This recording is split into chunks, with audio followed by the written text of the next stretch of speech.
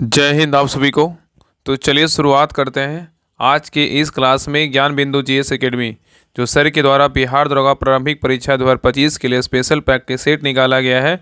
इसी का जो है आज प्रैक्टिस सेट नंबर 15 देखेंगे और ये practice set last practice set है। इसके पहले 14 प्रैक्टिस सेट ऑलरेडी करवा चुके हैं। तो कोई भी क्लास आपका बीच में छूट गया है तो जाके प्लेलिस्ट चेक कीजिएगा, आपको 1 से लेकर 14 तक आपको सारा क्लास मिल जाएगा। और लास्ट में जो है ना आपका कल या परसों तक आपका एक क्लास में आपका रिवीजन क्लास करवा देंगे ताकि 1 से लेकर 15 तक आपको एक क्लास में जो है ना सारा रिवाइज हो जाए। ठीक है, तो ध्यानपूर्वक प्री क्लास को देखिएगा और अंत तक क्लास को ज़रूर देखिएगा। और लास्ट में आप लोग कमेंट कर दिया कि आप लोग का 100 में कितना मार्क्स आया। तो चलिए शुरुआत करते हैं प्रैक्टिस सेट नंबर 15। तो देखिए प्रैक्टिस सेट नंबर 15 का पहला क्वेश्चन कह रहा है कि idiomatic expression on account of means, इसका क्या होगा बताइए। आइडोमेटिक बोल रहा है expression on account of means का क्या होगा। तो एक का सही उत्तर क्या होगा, तो ऑप्शन नंबर यहाँ पे बी होगा, बिकॉज ऑफ होगा। क्या होगा, बिकॉज ऑफ होगा। ठीक है, because of on account of क्या होगा, प्रोसेशनल क्या है, फेज है। तो यहाँ पे क्या होगा, बिकॉज ऑफ होगा। चलिए आगे देखिए क्वेश्चन नंबर 2 पे ये कह रहा है complete the conditional sentences given below. यहाँ पे if I had been Rama I had Khalistan her, बताइए यहाँ पे क्या भराएगा बताइए। तो 2 का सही उत्तर क्या होगा, तो ऑप्शन नंबर बी होगा, वुड हैव टोल्ड होगा। If I had seen Rama I would have told क्या होगा, तो हर होगा। नेक्स्ट है ये कह रहा है उसने यह काम करना पड़ा, उसे यह जो है ना काम करना पड़ा, इसका इंग्लिश में ट्रांसलेशन क्या होगा बताइए। उसे यह काम करना पड़ा, इसका इंग्लिश में ट्रांसलेशन क्या होगा। तो 3 का सही उत्तर क्या होगा, तो ऑप्शन नंबर यहाँ पे सी होगा, he had to do this work. उसे यह काम करना पड़ा, he had do this work होगा। नेक्स्ट है ये कह रहा है कि अग्नि, अग्नि का विशेषण शब्द कौन सा है बताइए। अग्नि का विशेषण शब्द कौन सा होगा। तो 4 का सही उत्तर क्या होगा, तो ऑप्शन नंबर ए होगा, अग्नेय। क्या होगा, अग्नेय होगा। नेक्स्ट है ये कह रहा है कि बादल, बादल का तत्सम शब्द क्या होगा बताइए। बादल का तत्सम शब्द क्या होगा। तो 5 का सही उत्तर क्या होगा, तो ऑप्शन नंबर यहाँ पे सी होगा, क्या होगा, वारिद होगा। क्या होगा, वारिद होगा। ठीक है, नेक्स्ट है ये कह रहा है कि आसमान टूट पड़ना का क्या अर्थ है बताइए। आसमान टूट पड़ना का क्या अर्थ है। तो 6 का सही उत्तर क्या होगा, तो ऑप्शन नंबर बी होगा, मुसीबत आना। क्या आना, मुसीबत आना। तो आसमान टूट पड़ना का क्या अर्थ है, तो मुसीबत आना। नेक्स्ट है ये कह रहा है कि सऊदी अरब को निम्नलिखित में से किस वर्ष के लिए फीफा फुटबॉल विश्व कप का आयोजन मिला है बताइए। क्वेश्चन यहाँ पे कह रहा है कि सऊदी अरब को निम्नलिखित में से किस वर्ष के लिए फीफा फुटबॉल विश्व कप को आयोजन का जो है ना करने का मौका मिला है बताइए। कब, कौन सा ईयर का है बताइए। बताइए क्या होगा। तो 7 का सही उत्तर क्या होगा, तो ऑप्शन नंबर सी होगा, 2034। तो याद रखिए कि वर्ष 2034 में फीफा फुटबॉल विश्व कप का आयोजन सऊदी अरब में होने वाला है। ठीक है, चलिए आगे देखिए। नेक्स्ट है ये करा है 33वें ग्रीष्मकालीन ओलंपिक खेल के संदर्भ में कौन सा कथन क्या है, तो गलत है, मतलब असत्य है। इस ऑप्शन को देखिए, बताइए इसमें कौन सा कथन क्या है, तो गलत है। यहाँ पे कह रहा है 33वें ग्रीष्मकालीन ओलंपिक खेल के संदर्भ में कौन सा कथन गलत है, इसके बारे में बताना है। तो देखिए पहला कह रहा है कि 33वें ग्रीष्मकालीन ओलंपिक के बारे में कि टेनिस का स्वर्ण पदक कार्लोस अल्काराज ने जीता है। यही क्या है, गलत है। यही क्या है, गलत है। उत्तर क्या होगा, तो ऑप्शन नंबर ए हो जाएगा। याद रखिएगा कि 33वें जो ग्रीष्मकालीन ओलंपिक है ना, 33वें ग्रीष्मकालीन ओलंपिक जो है ये टेनिस का जो है ना, ओलंपिक में टेनिस का स्वर्ण पदक नोवाक जोकोविच ने कार्लोस अल्काराज को हराकर जीता है। ठीक है, तो इसमें विजेता कौन है, तो नोवाक जोकोविच है। ठीक है, नेक्स्ट कह रहा है कि झेंग हाओदाओ सबसे कम उम्र के ओलंपियन है। ये क्या है, बिल्कुल सही है। जुआन एंटोनियो सबसे उम्रदराज ओलंपियन है। ये क्या है, बिल्कुल सही है। और पेरिस 3 जो है ना ग्रीष्मकालीन ओलंपिक का मेजबान करने वाला दूसरा जो है ना, मतलब दूसरा शहर है। मतलब पेरिस जो है तीसरा, मतलब ग्रीष्मकालीन ओलंपिक को मेजबानी करने वाला क्या है, दूसरा शहर है। तो बी सी डी सही, लेकिन ये क्या है, तो गलत है। यहाँ पे याद रखें 33वें ग्रीष्मकालीन ओलंपिक खेल में टेनिस का स्वर्ण पदक नोवाक जोकोविच ने कार्लोस अल्काराज को जो है ना हराकर जीता है। ठीक है, याद रखिएगा। जिसमें गलत उत्तर क्या होगा, ऑप्शन नंबर ए गलत है, बाकी बी सी और डी क्या है, तो सही है। चलिए आगे देखिए, कह रहा है कि संयुक्त राष्ट्र महासभा द्वारा किस वर्ष को क्वांटम विज्ञान और प्रौद्योगिकी का अंतर्राष्ट्रीय वर्ष घोषित किया गया बताइए। क्वेश्चन यहाँ पे कह रहा है कि संयुक्त राष्ट्र महासभा द्वारा किस वर्ष को क्वांटम विज्ञान और प्रौद्योगिकी का अंतर्राष्ट्रीय वर्ष घोषित किया गया है। तो 9 का सही उत्तर क्या होगा, तो ऑप्शन नंबर ए होगा, वर्ष 2025 का। चलिए आगे देख। नेक्स्ट है ये कह रहा है कि हाल ही में किस देश की अंतरिक्ष एजेंसी द्वारा एक्सोप्लैनेट के अध्ययन के लिए पेंडोरा मिशन लॉन्च करने की जो है ना घोषणा की गई बताइए। यहाँ पे क्वेश्चन कर रहा है कि हाल ही में किस देश की अंतरिक्ष एजेंसी द्वारा एक्सोप्लैनेट के अध्ययन के लिए पेंडोरा मिशन लॉन्च करने की जो है ना घोषणा की गई है, बताइए। तो 10 का सही उत्तर क्या होगा? तो ऑप्शन नंबर ए होगा अमेरिका। क्या होगा? अमेरिका होगा। नेक्स्ट है, करा कि विश्व का पहला क्वांटम आधारित प्लेटफॉर्म का नाम क्या है, बताइए। करा विश्व का पहला क्वांटम आधारित प्लेटफॉर्म का नाम क्या है, बताइए। तो 11 का सही उत्तर क्या होगा? तो ऑप्शन नंबर ए होगा क्यू शील्ड है। क्या है? तो क्यू शील्ड है। ठीक है, तो विश्व का पहला क्वांटम आधारित प्लेटफॉर्म का नाम क्या है? तो क्यू शील्ड है। नेक्स्ट है करा कि state of India's environment 2025 in fingers report में भारत के किस राज्य ने प्रथम स्थान जो है ना प्राप्त किया है, बताइए। क्वेश्चन यहाँ पे कर रहा है कि state of India's environment 2025 in fingers report Bharat के किस राज्य ने प्रथम स्थान प्राप्त किया, बताइए। तो 12 का सही उत्तर क्या होगा? तो ऑप्शन नंबर डी होगा आंध्र प्रदेश। कौन सा राज्य है? तो आंध्र प्रदेश है। नेक्स्ट आइए, करा कि निम्नलिखित में से कौन सा एक ऐप भारत के पीडीएस को डिजिटल बनाने के लिए नहीं लॉन्च किया गया, बताइए। यहाँ पे क्वेश्चन कर रहा है निम्नलिखित में से कौन सा एक ऐप भारत के पीडीएस को डिजिटल बनाने के लिए नहीं लॉन्च किया गया, बताइए। कौन सा ऐप है? तो 13 का सही उत्तर क्या होगा? तो ऑप्शन नंबर डी होगा अन्न वितरण है। क्या है? तो अन्न वितरण है। तो अन्न वितरण ऐप जो है ना सरकार द्वारा लॉन्च नहीं किया गया है। और याद रखिएगा, डिपो दर्पण, अन्न मित्र और क्या है? अन्न सहायता। डिपो दर्पण, अन्न मित्र तथा अन्न सहायता ऐप भारत के पीडीएस को डिजिटल बनाने के लिए लॉन्च किया गया है। ठीक है, चलिए आगे देखिए। क्वेश्चन नंबर 14 का रहा है कि निम्नलिखित में से कौन पाकिस्तान में पंजाब प्रांत की पहली महिला मुख्यमंत्री नियुक्त हुई, बताइए। यहाँ पे क्वेश्चन कर रहा है निम्नलिखित में से कौन पाकिस्तान में पंजाब प्रांत की पहली महिला मुख्यमंत्री नियुक्त हुई, बताइए। जिनका नाम क्या है? तो 14 का सही उत्तर क्या होगा? तो ऑप्शन नंबर सी होगा मरियम नवाज शरीफ है। कौन है? मरियम नवाज शरीफ है। तो पाकिस्तान में पंजाब प्रांत की पहली महिला मुख्यमंत्री कौन बनी है? तो मरियम नवाज शरीफ बनी है। ठीक है, और याद रखिए मरियम नवाज शरीफ जो है ना पाकिस्तान मुस्लिम लीग नवाज PMIN के वरिष्ठ उपाध्यक्ष और क्या है? प्रमुख नेत्री हैं। नेक्स्ट ये करा कि 23वें विधि आयोग का अध्यक्ष किसे नियुक्त किया गया, बताइए। 23वें विधि आयोग का अध्यक्ष किसे नियुक्त किया गया है? तो 15 का सही उत्तर क्या होगा? तो ऑप्शन नंबर सी होगा दिनेश महेश्वरी को नियुक्त किया गया है। नेक्स्ट ये करा कि हाल ही में प्रकाशित हुए life of Mars collected stories नामक पुस्तक के लेखक कौन है, बताइए। क्वेश्चन करा है कि हाल ही में प्रकाशित हुए life of Mars collected stories नामक पुस्तक के लेखक कौन है? तो 16 का सही उत्तर क्या होगा? तो ऑप्शन नंबर यहाँ पे क्या होगा? तो सी होगा, नमिता गोखले हैं। कौन है? नमिता गोखले हैं।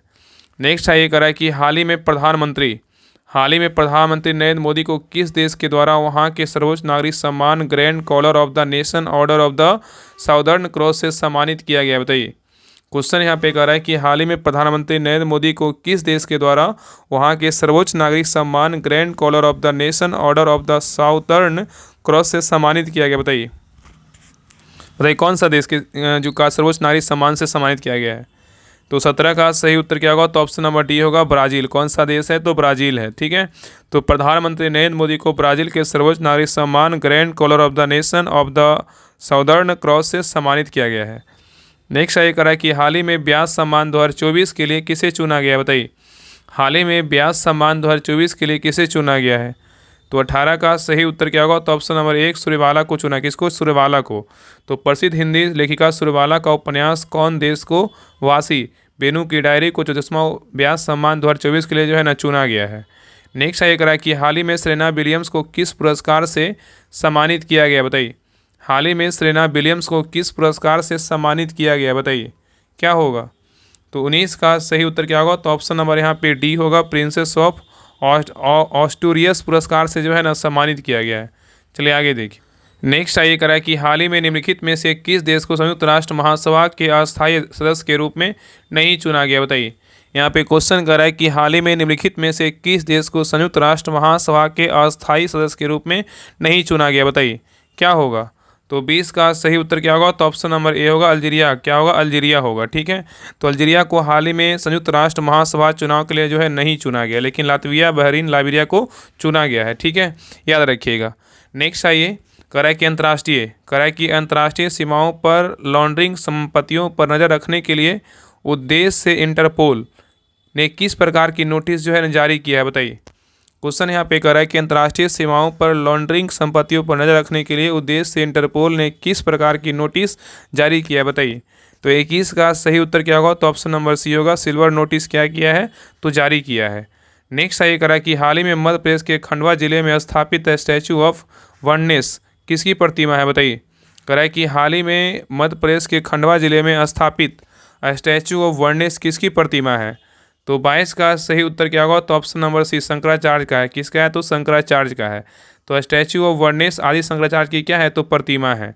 नेक्स्ट आइए करा कि वर्ष 2025 के बजट में भविष्य विभाग की स्थापना करने वाला देश का पहला राज्य कौन है? बताइए।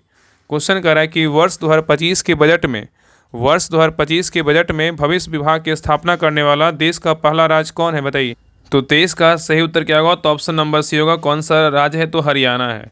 तो वर्ष 2025 के बजट में हरियाणा राज्य सरकार द्वारा भविष्य विभाग की जो है ना स्थापना किया गया है। चलिए आगे देखिए कराए कि निम्नलिखित में से किस शहर में पृथ्वी बचाओ सम्मेलन 2025 का आयोजन किया गया? बताइए। यहाँ पे क्वेश्चन करा है निम्नलिखित में से किस शहर में पृथ्वी बचाओ सम्मेलन 2025 का आयोजन किया गया? बताइए क्या होगा? तो 24 का सही उत्तर क्या होगा? तो ऑप्शन नंबर डी होगा, नई दिल्ली में। कहाँ? तो नई दिल्ली में जो है इसका आयोजन किया गया है। ठीक है। और एक बात आपको बताना चाहते हैं कि आप लोग को जो है ना टेलीग्राम पे सूचना मिला था कि 80 दिन 100 प्रैक्टिस सेट जो है ना एक अलग से ग्रुप स्टार्ट हो रहा है। ठीक है। तो उस ग्रुप को जो है ना बहुत लोग का मैसेज मतलब बोल रहे थे ना कि जो ग्रुप ज्वाइन कर लिए थे, हम स्टार्ट कर दिए थे, बहुत लोग उसमें ज्वाइन कर चुके थे, लेकिन बोले कि सर हमें लूसेंट का भी टेस्ट देना है, तो ऐसा करिए ना, हमको उसमें कर दीजिए ना। फिर बात विचार हुआ ना, तो फिर ऐसा मतलब इस पर निष्कर्ष निकला कि जो बैच 4 चल रहा है ना, बैच 4 जो होमवर्क सी चल रहा है, जो जिसका फी 149 है, जिसमें लूसेंट का टेस्ट, ऑब्जेक्टिव का टेस्ट, आपका दृष्टि साइंस का टेस्ट, एडुटेरिया 7500 और 5000 का टेस्ट हो रहा है। तो आपको जो है ना उसी ग्रुप में हम जो है ना इसे Monday to Friday practice set चलाते थे, लेकिन अब जो है ना मंडे टू सैटरडे मतलब संडे सैटरडे सब दिन चलेगा। ठीक है। तो 80 दिन 100 प्रैक्टिस सेट आपका बिहार दरोगा बैच 4 में ही जो है ना लगातार चलेगा। ऐसे उसमें चल रहा था, ऐसा नहीं, हम बार बार बोल रहे थे कि जो अगर बैच 4 ज्वाइन किए उसको नहीं ज्वाइन करना है, तो आपका जो है ना उस ग्रुप को होल्ड कर दिया गया है। 80 दिन 100 प्रैक्टिस सेट आपको अगर 80 दिन 100 प्रैक्टिस सेट ज्वाइन करना है, जैसे ज्ञान बिंदु का वॉल्यूम 1 हो गया, वॉल्यूम 2 हो गया, आपका करंट अफेयर्स भी आपको करवाएंगे उसमें होमवर्क करके, और आपका जिससे आगे प्लेटफॉर्म का वॉल्यूम 2 आएगा, आपका और भी प्रैक्टिस सेट आएगा, तो सारा आपको जो है ना एडुटेरिया का खा के सीरीज करवाएंगे। उसमें और भी एडुटेरिया की तरफ से बिहार दरोगा का प्रैक्टिस सेट आ रहा है। तो सारा आपको जो है ना बिहार दरोगा बैच 4 में ही करवाया जाए, क्योंकि 10 ग्रुप स्टार्ट करने से बेहतर है ना कि एक ग्रुप पे हम बेहतर मेहनत करें ना, तो वहाँ पे अगर हम 500 लड़का है उसमें अगर मतलब सोचिए कि मेरा तो टारगेट ये रहता है कि 90% का रिजल्ट हो, तो उस पर मेहनत करेंगे ज़्यादा अच्छा रहेगा, क्योंकि हर वो चीज़ करना पॉसिबल नहीं है, क्योंकि हमें भी पढ़ना रहता है, हर वो चीज़ देखना रहता है, तो उतना मेरे पास समय नहीं है। तो जिनको भी 80 दिन 100 प्रैक्टिस सेट ज्वाइन करना है, तो आप बिहार दरोगा बैच 4 ज्वाइन कर लीजिए। उसमें हम मंडे टू सैटरडे हर वो दिन प्रैक्टिस सेट करवाया जाएगा, और साथ में आप अगर मन रहेगा कि हाँ हमें लूसेंट का टेस्ट देना, तो पढ़ करके लूसेंट का भी टेस्ट दीजिए। और आप जो है ना उसी में आपको हम 200 क्यूज वो टेलीग्राम चैनल का टेलीग्राम का जो आपका प्रैक्टिस सेट हो रहा है ना, 200 आपका टेलीग्राम का प्रैक्टिस सेट बिहार दरोगा का क्यूज बोट आपको प्रोवाइड करवाएंगे। तो आप उसी को ज्वाइन कर लीजिएगा, आपको लास्ट में बता देंगे। तो जितने लोग लगता है कि हमें बिहार दरोगा का तैयारी करना है, अगर कर रहे हैं, तो एक बार ना राहुल स्टडी ग्रुप का जो होमवर्क सीरीज उसको ज्वाइन कर लीजिए। आपको पता चल जाए कि हाँ किस प्रकार जो है ना उसमें मेहनत करवाया जा रहा है, और किस प्रकार उसमें टेस्ट होता है, और किस प्रकार उसमें प्रैक्टिस सेट करवाया जा रहा है। जितना अगर नहीं बोला जाता है उससे कई गुना बेहतर उसमें कंटेंट दिया जाता है। जो लोग जुड़े हैं उनको पता होगा, जो लोग नहीं जुड़े हैं एक बार जुड़ करके देखिए। आपका 199 फी था, लेकिन अभी जो है ना 149 ही कर दिया गया है, क्योंकि अब हम चाहते हैं कि नहीं सभी लोग जो है ना उसको ज्वाइन करें, ताकि लगे कि हाँ हम राहुल स्टडी ग्रुप से तैयारी किए हैं, तो हमको बहुत बेहतरीन ढंग से जो है ना हमको फ़ायदा किया है। तो आप सभी लोग उसी को ज्वाइन कीजिए। बैच 4 में ही सारा कुछ करवाया जाएगा, और जितना भी आगे प्रैक्टिस सेट आएगा आपको उसी ग्रुप में करवाया जाएगा। ठीक है। तो पुराने वाले जो भी लोग हैं या तो नए वाले लोग हैं जो ज्वाइन करना चाहते हैं, आप बैच 4 को ही ज्वाइन कीजिए। ठीक है। उसमें आपका हर वो दिन प्रैक्टिस सेट चलेगा, हर वो दिन टेस्ट चलेगा, और बेहतरीन ढंग से जो है ना सब कुछ करवाया जाएगा। और मेरा टारगेट रहेगा कि राहुल स्टडी ग्रुप से जो है ना जितना से जितना हो सके रिजल्ट हो। ठीक है। बाकी आपकी मर्जी, आप पढ़ाई अच्छे से कर रहे हैं तो करिए। बाकी अगर लगता है कि हमें ग्रुप ज्वाइन करना है राहुल स्टडी ग्रुप का, तो बिहार दरोगा बैच 4 जो है आप उसको ज्वाइन कर लीजिएगा। आपको हम नंबर दे देते हैं, आप इस नंबर पर जो है ना कॉल कर लीजिएगा 7549392490। इस नंबर पे जो है ना कॉल करके बात भी कर सकते हैं। बाकी इसी नंबर पे पेमेंट करके 149, यही नंबर क्या है तो व्हाट्सएप नंबर, इसी पे स्क्रीनशॉट भेज दीजिएगा, आपको ग्रुप का लिंक जो है ना आपको मिल जाएगा। ठीक है। चलिए आगे देखते हैं। नेक्स्ट क्वेश्चन पे आइए करा कि हाल ही में ऑपरेशन सर्द हवा किस सुरक्षा एजेंसी द्वारा जो है ना शुरू किया गया? बताइए। बहुत अच्छा क्वेश्चन है। करा कि हाल ही में ऑपरेशन सर्द हवा किस सुरक्षा एजेंसी के द्वारा शुरू किया गया? बताइए। तो 25 का सही उत्तर क्या होगा? तो ऑप्शन नंबर बी होगा, सीमा सुरक्षा बल के द्वारा मतलब बीएसएफ के द्वारा इसको स्टार्ट किया गया है। नेक्स्ट सही करा कि हाल में बिहार के मुख्यमंत्री नीतीश कुमार ने प्रगति यात्रा के दौरान किस जिले में 1378 करोड़ रुपए की विकासात्मक योजनाओं का जो है उद्घाटन किया गया? बताइए। यहाँ पे क्वेश्चन कर रहा है कि हाल ही में बिहार के मुख्यमंत्री नीतीश कुमार ने प्रगति यात्रा के दौरान किस जिले में 1378 करोड़ रुपए की विकासात्मक योजनाओं का उद्घाटन किया है? बताइए। तो 26 का सही उत्तर क्या होगा? तो ऑप्शन नंबर बी होगा, कहाँ? तो रोहतास में। ठीक है, चलिए आगे देखिए। नेक्स्ट सही करा कि हाल ही में मिसेज बिहार 2025 का खिताब किसने जीता है? बताइए। हाल ही में मिसेज बिहार 2025 का खिताब किसने जीता है? तो 27 का सही उत्तर क्या होगा? तो ऑप्शन नंबर ए, ऐश्वर्या राज ने जीता है। नेक्स्ट ये करा कि बिहार बिहार बजट 2025-26 में निम्नलिखित में से किस स्थान पर कैंसर अस्पताल खोलने की बात कही गई? बताइए। क्वेश्चन कर रहा है कि बिहार बजट 2025-26 में निम्नलिखित में से किस स्थान पर कैंसर अस्पताल खोलने की बात कही गई? बताइए क्या होगा? तो 28 का सही उत्तर क्या होगा? तो ऑप्शन नंबर डी होगा, बेगूसराय। कहाँ? तो बेगूसराय। ठीक है, तो बिहार बजट 2025-26 के अनुसार बेगूसराय में कैंसर अस्पताल का निर्माण किया जाएगा। नेक्स्ट ये करा कि संघीय मंत्रिपरिषद सामूहिक रूप से किसके प्रति उत्तरदायी होती है? बताइए। करा है कि संघीय मंत्रिपरिषद सामूहिक रूप से किसके प्रति उत्तरदायी होते हैं? बताइए। तो 29 का सही उत्तर क्या होगा? तो ऑप्शन नंबर बी होगा, लोकसभा के प्रति उत्तरदायी होते हैं। नेक्स्ट ये करा कि वे विषय जिन पर केंद्र व राज्य दोनों कानून बना सकती है उल्लेखित है किस सूची में? बताइए। करा वे विषय जिन पर केंद्र व राज्य दोनों कानून बना सकती है उल्लेखित है कौन सा सूची? बताइए। तो 30 का सही उत्तर क्या होगा? तो ऑप्शन नंबर सी होगा, समवर्ती सूची। क्या होगा? तो समवर्ती सूची। तो समवर्ती सूची के विषय पर केंद्र व राज्य दोनों कानून बना सकता है। चलिए आगे देखिए। नेक्स्ट ये करा कि भारत में स्वतंत्रता के बाद अब तक कितनी बार राष्ट्रीय आपातकाल जो है लगाया गया? बताइए। क्वेश्चन कर रहा है कि भारत में स्वतंत्रता के बाद अब तक कितनी बार राष्ट्रीय आपातकाल लगाया गया है? तो 31 का सही उत्तर क्या होगा? तो ऑप्शन नंबर सी होगा, 3 बार जो है लगाया गया है। तो भारत में स्वतंत्रता के बाद अब तक जो है ना 3 बार क्या है राष्ट्रीय आपातकाल लगाया गया है। और याद रखिए कि भारतीय संविधान के अनुच्छेद 352 के अधीन पहली बार वर्ष 1962 में चीन के साथ युद्ध के समय, दूसरी बार वर्ष 1971 में पाकिस्तान से युद्ध के समय एवं तीसरी बार आंतरिक अशांति पे जो है ना आधार पर 1975 में, मतलब पहली बार लगाया गया था 1962 में, दूसरी बार 1971 में, तीसरी बार 1975 की मतलब 1975 में लगाया गया था। तो ठीक है, तो 3 बार लगाया गया है। नेक्स्ट ये करा कि सांसदों की अयोग्यता संबंधी विवाद का जो है ना निर्णय कौन लेता है? बताइए। सांसदों की अयोग्यता संबंधी विवाद पर निर्णय कौन लेता है? तो 32 का सही उत्तर क्या होगा? तो ऑप्शन नंबर डी होगा, निर्वाचन आयोग के परामर्श से राष्ट्रपति लेते हैं। नेक्स्ट ये करा कि तारकुंडे समिति का जो संबंध है किससे है? बताइए। तारकुंडे समिति का जो संबंध है किससे है? बताइए। तो 33 का सही उत्तर क्या होगा? तो ऑप्शन नंबर ए होगा, चुनाव सुधार से। किससे? चुनाव सुधार से है। नेक्स्ट ये करा कि निम्नलिखित में से कौन सा एक दल राष्ट्रीय राजनीतिक दल नहीं है? बताइए। इस ऑप्शन में देखिए, बताइए कौन सा जो है ना एक दल जो है राष्ट्रीय राजनीतिक दल नहीं है? बताइए कौन नहीं है? तो 34 का सही उत्तर क्या होगा? तो ऑप्शन नंबर यहाँ पे सी होगा, तेलुगु देशम जो है राष्ट्रीय राजनीतिक दल नहीं है, लेकिन भारतीय जनता पार्टी है, CPIM है और इंडियन नेशनल कांग्रेस है। ठीक है, तो याद रखना कि भारत में जो है राष्ट्रीय राजनीतिक दल बोलेगा कितना है? तो 6 है। कितना है? तो 6 है। कौन कौन? तो कांग्रेस है, भाजपा है, CPI है, BSP है, नेशनल पीपुल्स पार्टी है और कौन है? तो आप है। ठीक है, जो आम आदमी पार्टी है। नेक्स्ट ये करा कि निम्नलिखित में से कौन सी जोड़ी जो है ना सुमेलित है? बताइए। इसमें कौन सा जोड़ी सुमेलित है इसके बारे में बताना है, कौन सा सही है? बताइए इसमें कौन सही है? तो देखिए पहला है भारत का सर्वोच्च न्यायालय बोलेगा तो अनुच्छेद कितना? 318 में है। ये क्या है? बिल्कुल जो है ना गलत है। क्या है? गलत है। याद रखें ना कि सर्वोच्च न्यायालय का गठन का प्रावधान बोलेगा अनुच्छेद कितना? 124 में है। और नेक्स्ट देखिए करा कि भारत का निर्वाचन आयोग का वर्णन अनुच्छेद 324 में है। यही क्या है? बिल्कुल सही उत्तर क्या होगा? तो ऑप्शन नंबर बी होगा। और संघीय लोक सेवा आयोग बोलेगा 332 में, ये क्या है? गलत है। और महाधिवक्ता बोलेगा अनुच्छेद 163 में, ये भी क्या है? गलत है। याद रखिएगा कि भारत का निर्वाचन आयोग बोलेगा अनुच्छेद 324 में, क्या है? बिल्कुल सही है।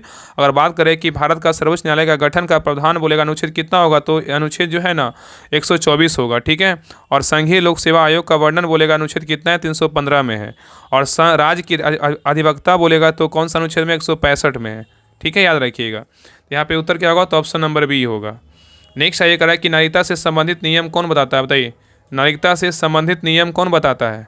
तो 36 का सही उत्तर क्या होगा? तो ऑप्शन नंबर सी होगा, संसद बताता है। कौन बताता है? तो संसद बताता है। नेक्स्ट ये करा कि किसी समुदाय को अनुसूचित जनजाति के रूप में घोषित करने के लिए आवश्यक विशिष्टियाँ क्या है? बताइए इसमें कौन सही है? बताइए। कह रहा है कि किसी समुदाय को अनुसूचित जनजाति के रूप में घोषित करने के लिए आवश्यक विशिष्टताएं क्या है बताइए। तो 37 का सही उत्तर क्या होगा, तो ऑप्शन नंबर डी होगा, उपयुक्त सभी है। क्या क्या है, तो आदिम लक्षणों के संकेत भी है, विशिष्ट संस्कृति भी है, बड़े पैमाने पर समुदाय के साथ संपर्क में शर्म भी है, और पिछड़ापन एवं जो है ना भौगोलिक अलगाव भी है। ठीक है, सॉरी, ये सारा कुछ है। ठीक है, चलिए आगे देखिए। नेक्स्ट है कि परमाणु की संरचना, कह रहा है कि परमाणु की संरचना का ज्ञान प्राप्त करने के लिए किए गए प्रयोग में अल्फा कणों से संबंधित किस घटना का उपयोग किया गया था बताइए। यहाँ पे क्वेश्चन कर रहा है कि परमाणु की संरचना का ज्ञान प्राप्त करने के लिए किए गए प्रयोग में अल्फा कणों से संबंधित किस घटना का उपयोग किया गया है। तो 38 का सही उत्तर क्या होगा, तो ऑप्शन नंबर यहाँ पे हो जाएगा ए, प्रकीर्णन। क्या होगा, तो प्रकीर्णन होगा। तो याद रखिए ना कि परमाणु की संरचना का ज्ञात करने के लिए किए गए प्रयोग में अल्फा कणों से संबंधित परिकीर्णन के जो है घटना का उपयोग किया गया था। नेक्स्ट है ये करा कि टीआरपी का जो अर्थ होता है ना क्या है बताइए। टीआरपी का जो अर्थ होता है ना क्या है बताइए। तो 39 का सही उत्तर क्या होगा, तो ऑप्शन नंबर डी होगा, टेलीविजन रेटिंग पॉइंट है। नेक्स्ट है ये करा कि एलपीजी को छोटे सिलेंडरों में उच्च दाब के अंतर्गत संग्रहित किया जाता है क्योंकि क्या होता है बताइए। करा कि एलपीजी को छोटे सिलेंडरों में उच्च दाब के अंतर्गत संग्रहित किया जाता है क्योंकि क्या कराने बताइए। तो 40 का सही उत्तर क्या होगा, तो ऑप्शन नंबर बी होगा, गैस द्रव के रूप में जो है बदल जाती है, जिससे भंडारण के लिए जो है ना कम जगह की क्या होती है, आवश्यकता होती है। चलिए आगे देखिए। नेक्स्ट है ये करा कि दो पत्थरों के रगड़ने में या गाड़ी के घूमते हुए पहियों को ब्रेक लगाकर रोकने में गतिज ऊर्जा का रूपांतरण जो है ना किस में होता है। क्वेश्चन करा कि दो पत्थरों के रगड़ने में या गाड़ी के घूमते हुए पहियों का ब्रेक लगाकर रोकने में गतिज ऊर्जा का रूपांतरण किस में होता है। तो 41 का सही उत्तर क्या होगा, तो ऑप्शन नंबर यहाँ पे सी होगा, ऊष्मा ऊर्जा में होता है। नेक्स्ट है करा कि सरल आवर्त गति में त्वरण और विस्थापन में कलांतर होता है क्या बताइए। करा कि सरल आवर्त गति में त्वरण और विस्थापन में कलांतर क्या होता है। तो 42 का सही उत्तर क्या होगा, तो ऑप्शन नंबर बी होगा, क्या होता है, पाई होता है।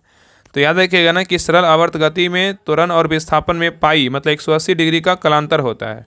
नेक्स्ट आइए क्वेश्चन नंबर 43 पे कर रहा है केल्विन स्केल पर मापा गया ताप यदि टी हो तो सेल्सियस स्केल पर इसका मान क्या होगा बताइए।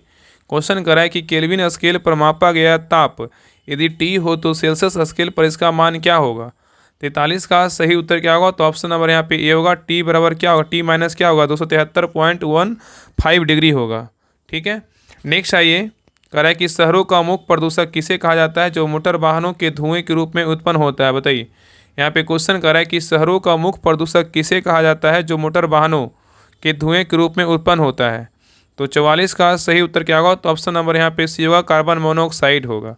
नेक्स्ट है यहाँ पे देखिए मिलान करने बोल रहा है, सूची 1 में क्या है, रंग देने वाले पदार्थ है, और सूची 2 में क्या है, तो कांच का रंग है। बताइए रंग देने वाले पदार्थ में जो है ना कांच का रंग क्या होगा, इसके बारे में बताना है। पहला देखिए कार्बन है, कार्बन का क्या होगा बताइए, कार्बन क्या होगा, तो कार्बन का जो कांच का रंग होगा क्या होगा, तो भूरा काला होगा। क्या होगा, भूरा काला होगा। और कोबाल्ट ऑक्साइड का बोलेगा तो क्या होगा, कोबाल्ट ऑक्साइड का गहरा नीला होगा। और पोटेशियम डाइक्रोमेट का बोलेगा तो क्या होगा, पोटेशियम डाइक्रोमेट का हरा जो है ना पीला होगा।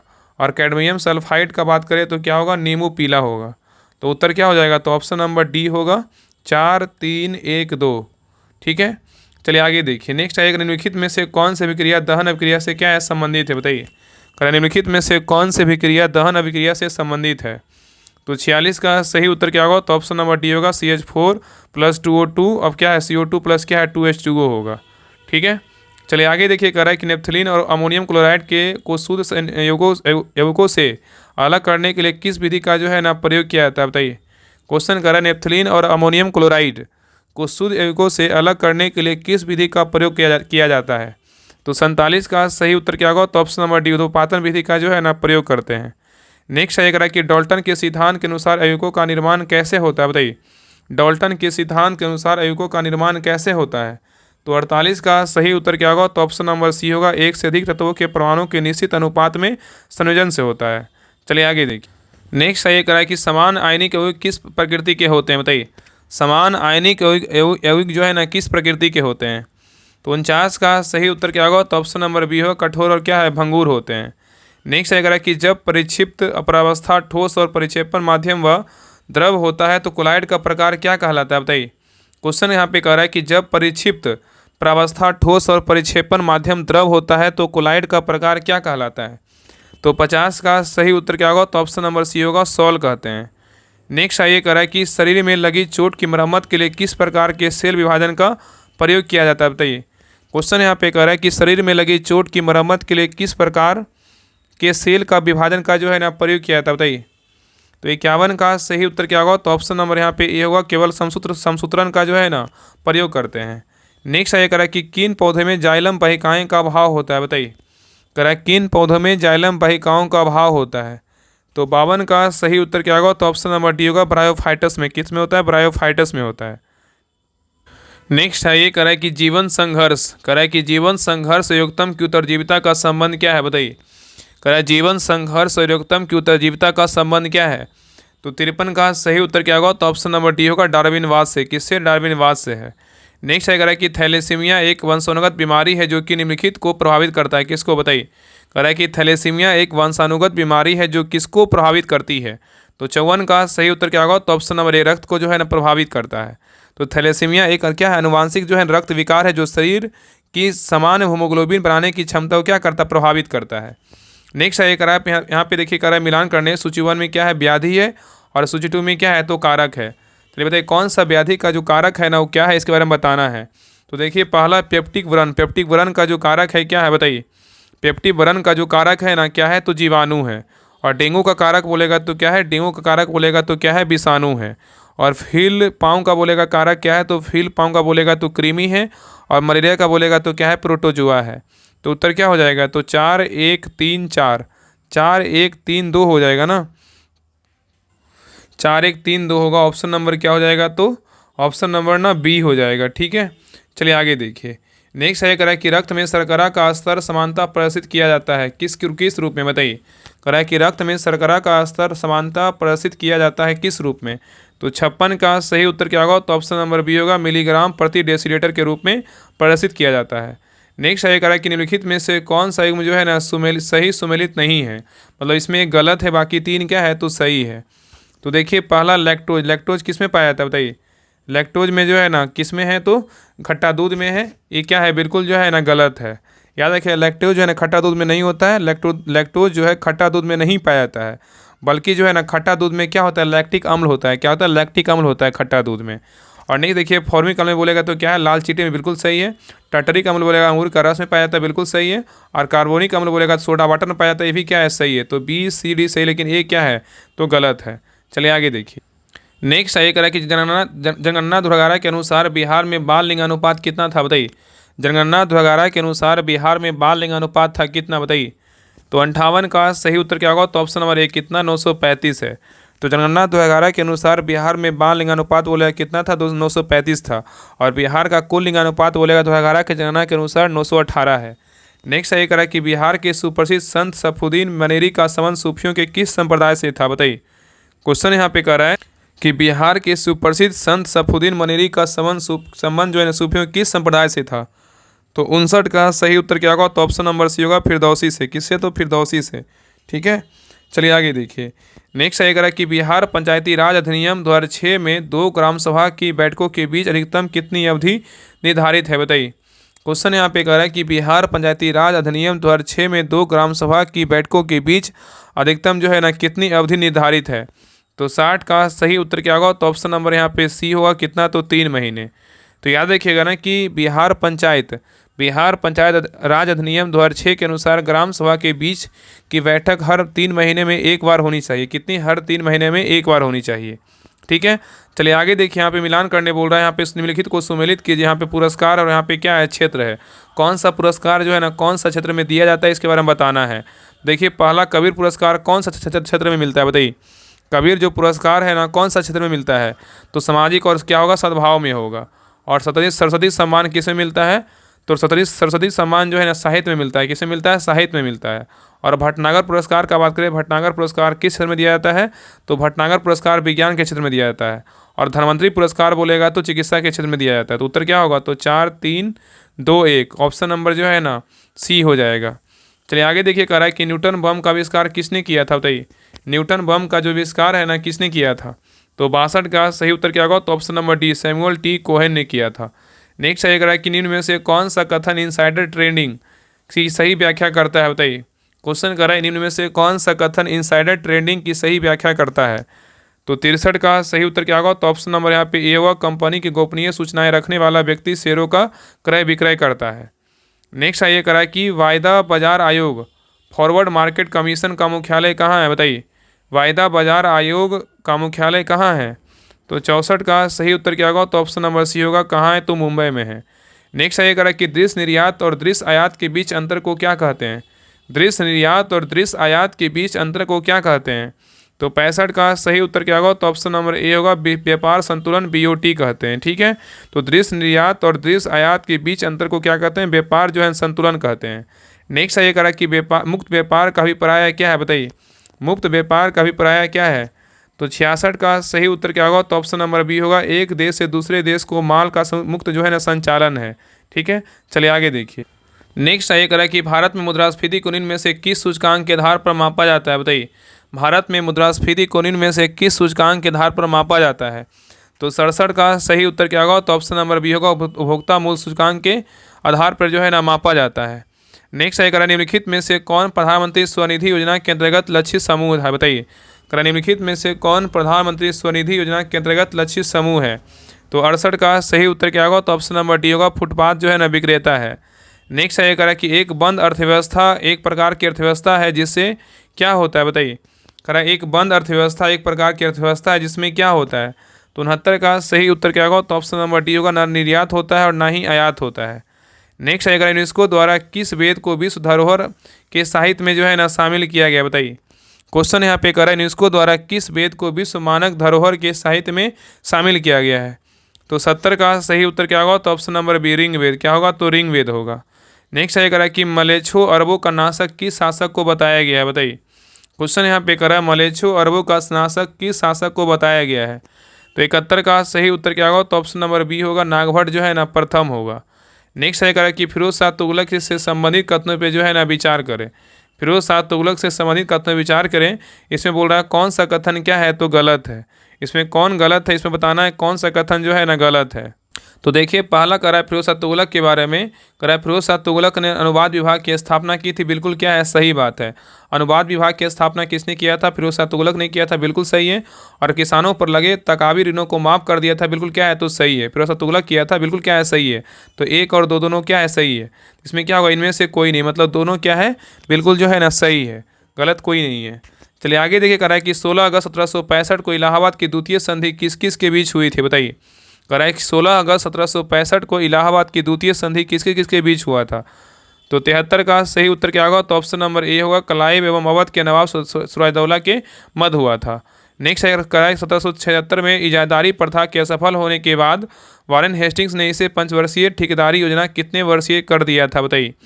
क्वेश्चन यहाँ पे करा 1776 में इजादारी प्रथा के असफल होने के बाद वारेन हेस्टिंग्स ने इसे पंचवर्षीय ठेकेदारी योजना कितने वर्षीय कर दिया था? तो 74 का सही उत्तर क्या होगा? तो ऑप्शन नंबर डी होगा, एक क्या होगा? तो एक वर्ष के लिए। तो यह 1776 में इजादारी प्रथा असफल होने के बाद वारेन हेस्टिंग्स जो था ना इन्हें इसे पंचवर्षीय ठेकेदारी योजना को एक वर्षीय कर दिया था। नेक्स्ट ये करा कि भारत स्तरीय महामंडल से संबंधित कथनों पे जो है ना विचार करें। भारत स्तरीय महामंडल से संबंधित कथनों पर विचार करें। इसे बोल रहा है गलत कथन जो है ना कौन सा है, बताइए। इसमें गलत कथन कौन सा है? तो देखिए पहला कह रहा है कि भारत स्त्री महामंडल के बारे में, इसकी स्थापना 1910 में इलाहाबाद वर्तमान प्रयागराज में सरला देवी चौधरानी के द्वारा की गई थी, क्या है? बिल्कुल सही है। और यह भारतीय महिलाओं के साझा हितों को बढ़ावा देते हुए महिला शिक्षा, बाल विवाह निषेध, परिवार में महिलाओं की स्थिति में सुधार इत्यादि के संदर्भ में कार्यरत था। ये भी क्या है? सही है। तो दोनों इसमें क्या है? सही है। तो उत्तर क्या होगा? तो ऑप्शन नंबर डी, इसमें दोनों कथन क्या है? सही, गलत कोई नहीं है। चलिए आगे देखिए।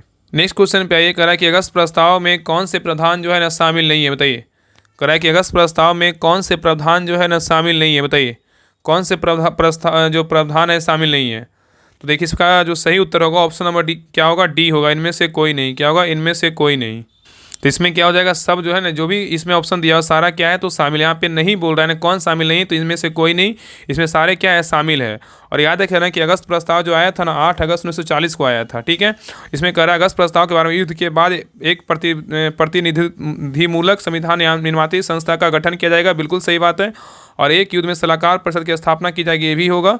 और वायसराय कार्यकारिणी परिषद का विस्तार किया जाएगा, ये भी था, ठीक है। ये तीनों शामिल था। इसमें बोल रहा है इसमें क्या होगा? शामिल नहीं था, इनमें से कोई नहीं होगा, ठीक है। चलिए आगे देखिए। नेक्स्ट ये कराएगा 1878 में किस वायसराय द्वारा सर रिचर्ड अस्ट्रेची की अध्यक्षता में अस्ट्रेची आयोग की जो है नियुक्त किया गया था, बताइए। क्वेश्चन यहाँ पे करा है कि 1878 में किस वायसराय द्वारा सर रिचर्ड अस्टेची की अध्यक्षता में अस्टेची आयोग नियुक्त किया गया था? तो 77 का जो सही उत्तर होगा ऑप्शन नंबर यहाँ पे क्या हो जाएगा, तो सी होगा, लॉर्ड लीटन। क्या होगा, तो लॉर्ड लीटन होगा। ठीक है, चलिए आगे देखिए, करा है कि 1885 में किसके द्वारा बम्बई प्रेसिडेंसी एसोसिएशन की स्थापना की गई थी? करा है कि 1885 में किसके द्वारा बम्बई प्रेसिडेंसी एसोसिएशन की स्थापना किया गया था? तो 78 का सही उत्तर क्या होगा, तो ऑप्शन नंबर डी होगा, इनमें से सभी। फिरोज शाह मेहता, बहादुर तैयब और के टी तैलंग। तो याद रखिएगा ना कि 1885 में फिरोज शाह मेहता, बदरुद्दीन तैयब जी और के.टी. तैलंग द्वारा बम्बई प्रेसिडेंसी एसोसिएशन की स्थापना किया गया था। नेक्स्ट ये करा कि किसके कार्यकाल में, करा है किसके कार्यकाल में तृतीय दिल्ली दरबार आयोजित किया गया था? बताइए, किसके कार्यकाल में तृतीय दिल्ली दरबार आयोजित किया गया था? तो 79 का सही उत्तर क्या होगा, तो ऑप्शन नंबर ए होगा, लॉर्ड हार्डिंग।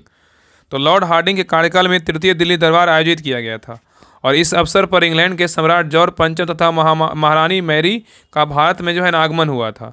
नेक्स्ट ये करा कि अमेरिका में नागरिक अधिकार आंदोलन किसके द्वारा शुरू किया गया था? बताइए, क्वेश्चन यहाँ पे करा अमेरिका में नागरिक अधिकार आंदोलन किसके द्वारा शुरू किया गया था?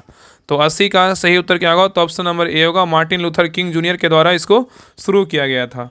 नेक्स्ट ये करा कि साम्यवाद का सर्वप्रथम प्रयोग किस देश में हुआ था? बताइए, साम्यवाद का सर्वप्रथम प्रयोग किस देश में हुआ था?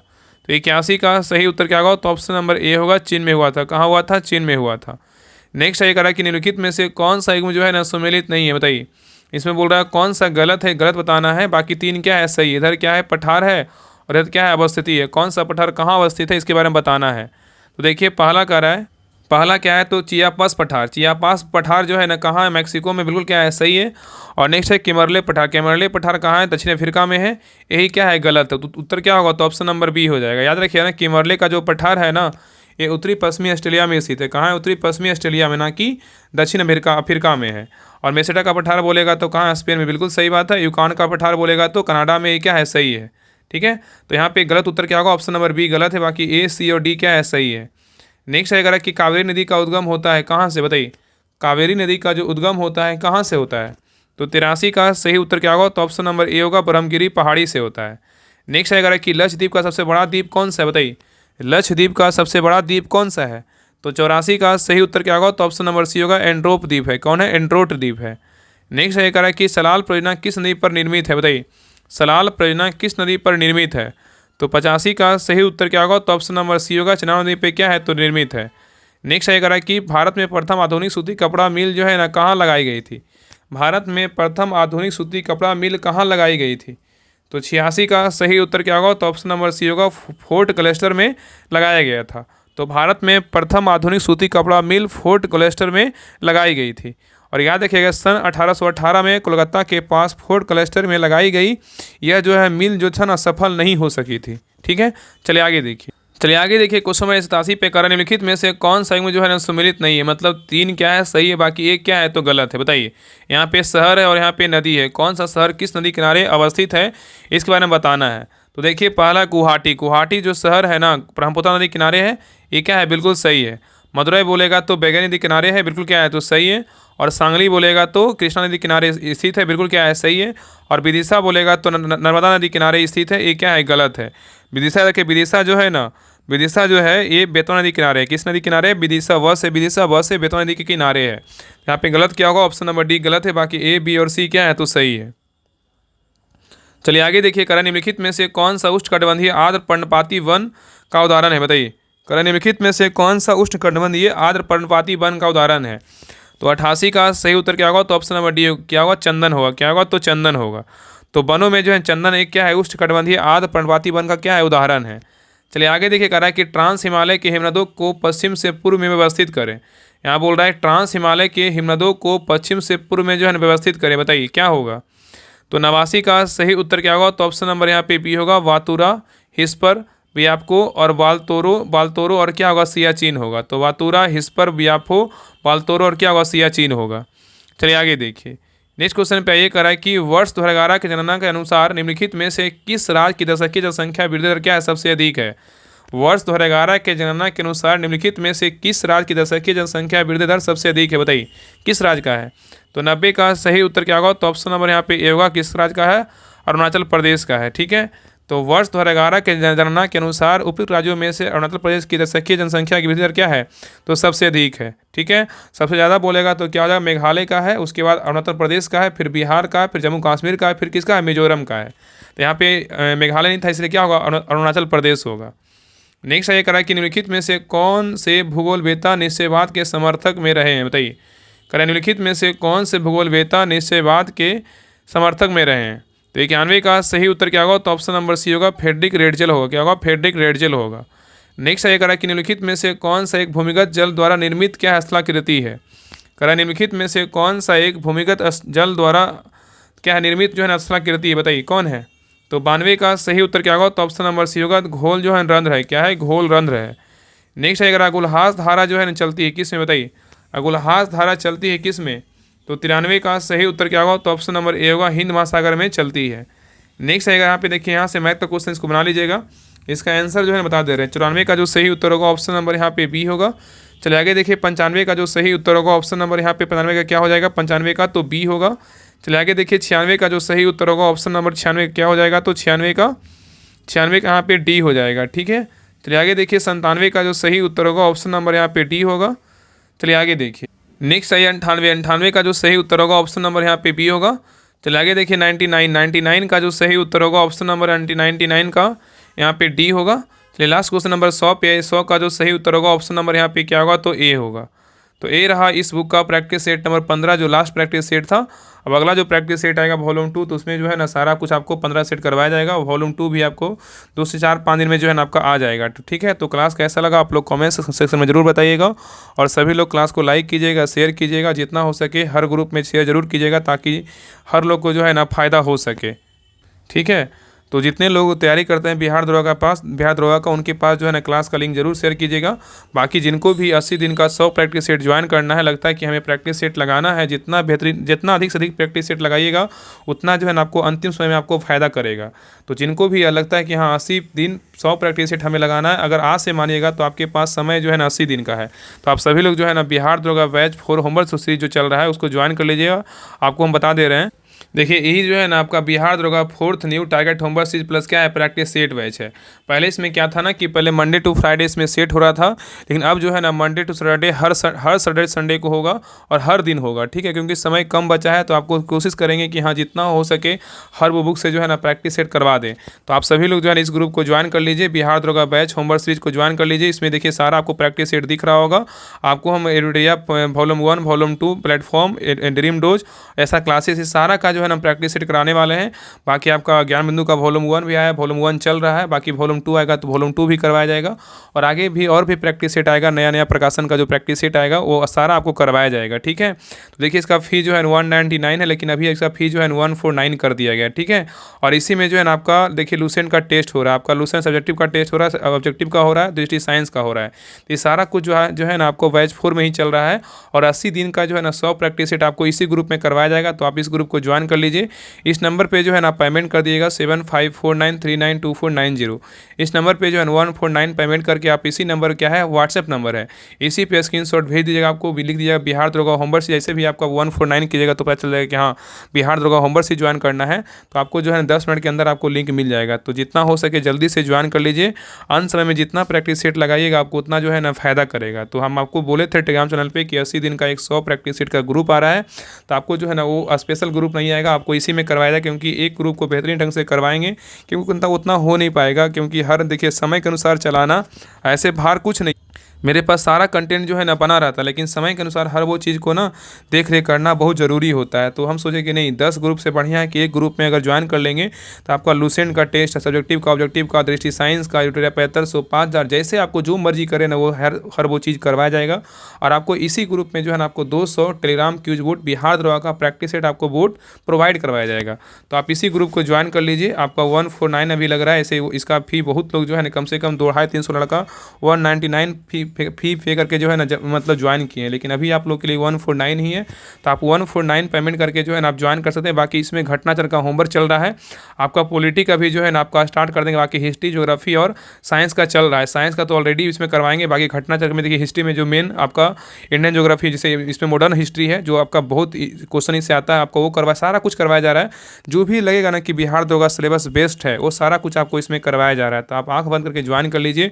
आपका 149 ऐसा नहीं लगे कि 1500 2000 लग रहा है तो आपको इतना दिक्कत होगा। 149 लग रहा है। अगर एक भी प्रैक्टिस सेट, अगर 20 प्रैक्टिस सेट अगर आप कर लेते हैं तो आपको ऐसे ही 200 रुपये आपका पैसा वसूल हो जाएगा। लेकिन इसमें आपको 100 प्लस प्रैक्टिस सेट करवाया जाएगा। ऑलरेडी इसमें जो है ना, हम 20 प्लस प्रैक्टिस सेट करवा चुके हैं। और देखिए खाकी स्टिच का आपको दिख रहा होगा ना, एक खाकी स्टिच का भी प्रैक्टिस सेट करवाएंगे और एसआर क्लासेस का भी करवाएंगे और आपका ड्रीम डोज, ये सारा कुछ करवाएंगे। ठीक है, तो सभी लोग जितना जल्दी हो ज्वाइन कर लीजिए। और सभी लोग जो है चैनल पे नए हैं, चैनल को सब्सक्राइब जरूर कर लीजिएगा और बेल आइकन ऑन कर लीजिएगा। और सभी लोग जो है ना क्लास को लाइक करके जरूर जाइएगा। ठीक है, तो मिलते हैं एक नए क्लास में, तब तक के लिए जय हिंद, जय भारत।